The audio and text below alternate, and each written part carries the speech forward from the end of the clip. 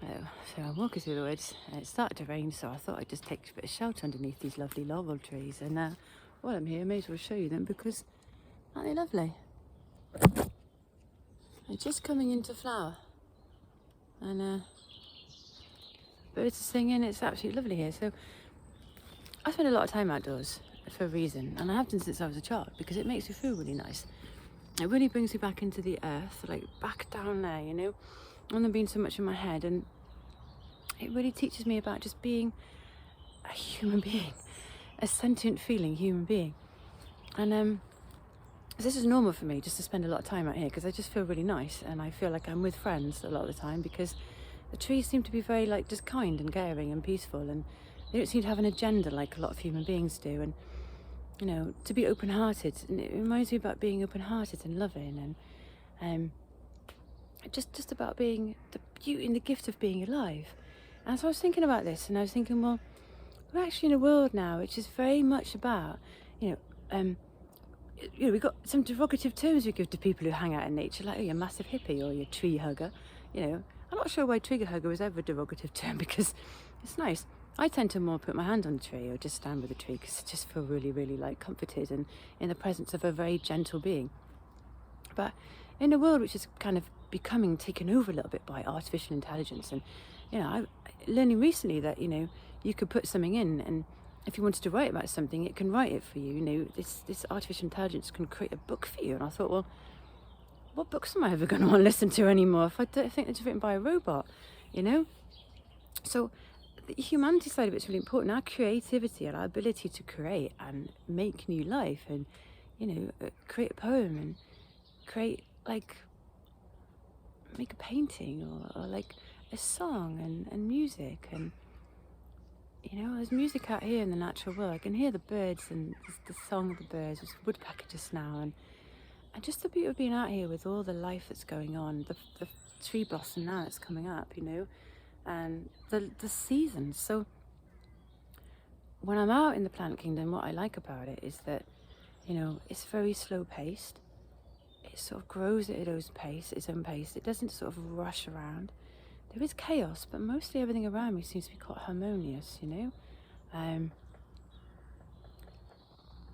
It seems to be in a state of cooperation and community, and that's what I really like about nature, is that everything seems to have its sort of place to grow.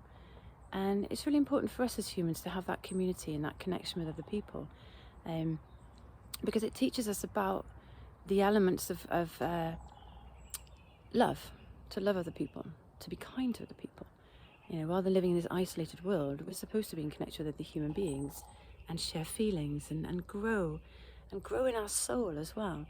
Being quite a spiritual person, so I come from a place where, you know, this physical world is just like the surface layer, and underneath that is this magical, amazing presence. Whatever you want to call that presence is there, and it guides you constantly. And when I'm out in nature, it reminds me, yes, I have my physical self, but I am also a beautiful, beautiful soul. There's something magic about this, you know? These little flowers growing up.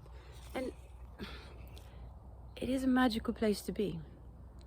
We as humans, we live very much in a literal, you know, rational world now, where everything's got to have its answer. Everything's got to be proved by science, and what does that mean? And can you prove what you're doing now? Otherwise you can't practice that unless you have this qualification or do this or that. It's a very regimented world. It's a very mechanistic world, you know, the Cartesian world of the machine, and everything is a cog in a wheel. Well, it's not, is it? This is kind of real. It feels like the physical world is real. It grows. It dies. It goes back to the earth, and that's what's really important about being human, is that we grow, we learn in our journey, and we feel, we make relationships, we think about how we might do things well and make mistakes and learn from them. We grow in our soul, and we've got a beautiful light to shine and a lot to give. And I'm reminded of that when I come out here, because I'm just free-flowing, moving through the world. The trees communicate with each other through the ground.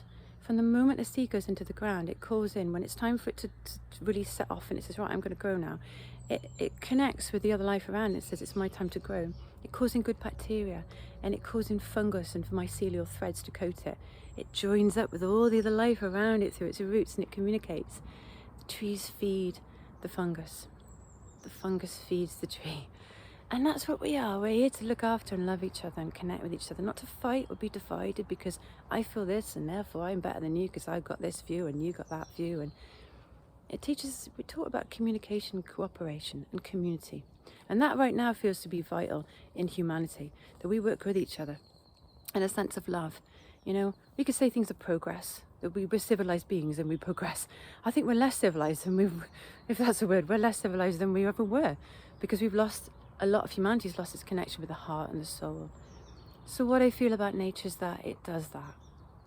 It brings me back to my roots, about being alive, about being a human that might like cry and, you know, I'm not going to be perfectly looking brilliant every day or like, you know, I'm going to whitewash my face or whatever, you know. It teaches us about like just the process of life. And it teaches us that actually there is this magicalness about being human. There's a beauty and a grace in growing old, of leaving life with gratitude and appreciation for what life gave you, of just quiet and stillness. And as humans, we are beautiful. And as much as we are moving towards a world which seems to be geared towards screens and technology and things that feel artificial, we have that beautiful creativity still inside, and that humanness is so important. So when I'm here and I'm flowing with this amazing, miraculous world, I can't even describe how I feel when I'm out here. I feel so lovely. That to me is what is important right now. And that's reminded to me by these lovely leaves and flowers and this joy. So it's a little lesson for today. Is it a lesson?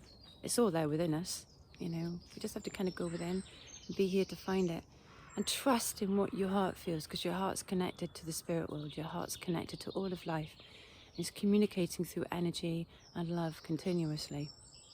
And the message you get through when you let go of the thinking mind will guide you in ways that you would never have conceived possible.